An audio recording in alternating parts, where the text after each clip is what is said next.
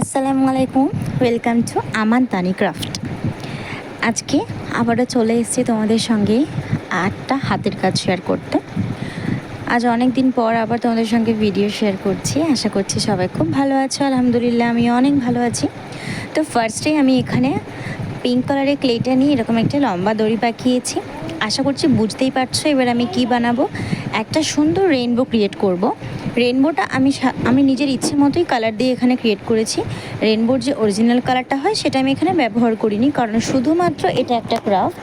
সেই কারণে আমি নিজের পছন্দ মতো কালার দিয়ে রেইনবোটা বানিয়ে নিয়েছি।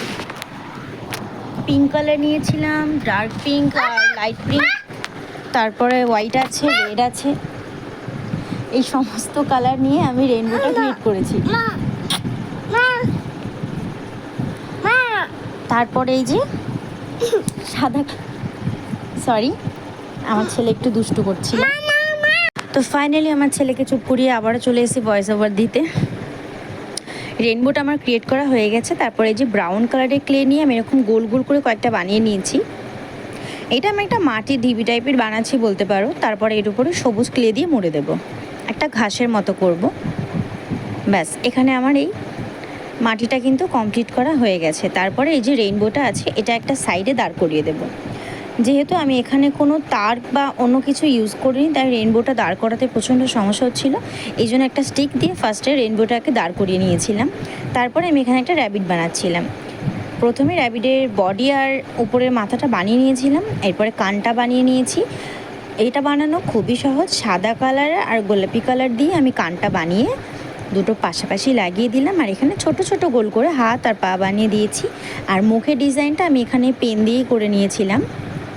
আমার এর আগের ভিডিওগুলো তোমরা অনেক অনেক পছন্দ করেছো, এর জন্য তোমাদের অনেক থ্যাংক ইউ। আমি ফার্স্টে ভাবছিলাম এই র্যাবিটটা যখন এখানে রাখবো তখন এর মধ্যে র্যাবিটের হাতে একটা ফুল দিয়ে দেবো, তবে র্যাবিটের হাতে ফুলের থেকে গাজরটা মনে হয় বেশি ভালো মানাবে। এই কারণে আমি অরেঞ্জ ক্লে নিয়ে নিয়েছি। তারপরে একটা বড় সাইজের গাজর বানিয়ে নিয়েছি। যেহেতু খরগোশ গাজর খেতে পছন্দ করে তাই ওর হাতে একটা গাজর ধরিয়ে দেব। আচ্ছা, সবুজ ক্লে নিয়ে আমি তাহলে পাতাগুলো বানিয়ে ফেলি। পাতাটা বানানো হয়ে গেলে সিম্পলভাবে গাজরটার গায়ে যেরকম একটু কাটা কাটা দাগ থাকে সেরকম আমি ক্লের টোল দিয়ে একটু ডিজাইন করে নেব। তারপরে মাথার দিকে আমি পাতাগুলো বসিয়ে দেব। এখানে পাতাটা ডিজাইন করতে আমার প্রচণ্ড সমস্যা হচ্ছিল, কারণ ক্লেটা অনেকটা নরম ছিল। তাই আমি আর ডিজাইনটা না করে এভাবেই লাগিয়ে দিয়েছি, তবে দেখতে বেশ সুন্দর লাগছিল। দেখো আমার এখানে গাজরটা বানানো হয়ে গেছে। পাতাটা আমি আরও একটু ভালো করে সেট করে এই গাজরটাকে ডিজাইন করে নিচ্ছি। ডিজাইনটা কমপ্লিট করা হয়ে গেছে। চলো এবারে খরগোশের হাতে গাজরটা ধরিয়ে দিই। এভাবে রাখলে তো পড়ে যাচ্ছিলো, এই জন্য আমি ভালো করে খরগোশের হাতের সঙ্গে গাজরটা সেট করে দিয়েছিলাম, যাতে দেখে মনে হবে গাজরটাকে ধরে রেখেছে। তারপর এই যে লাল ক্লে নিয়েছি, আর এখানে ছোট ছোট কয়েকটা রোজ বানাবো। এই ছোট গোলাপগুলো বানানো কিন্তু ভীষণই সহজ।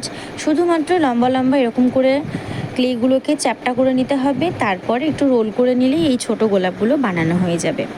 আমার এই গোলাপগুলো বানানোর পরে আমি আরও কয়েকটা সিম্পল ফুল বানিয়ে চারিদিকে লাগিয়ে একটু ডিজাইন করেছিলাম।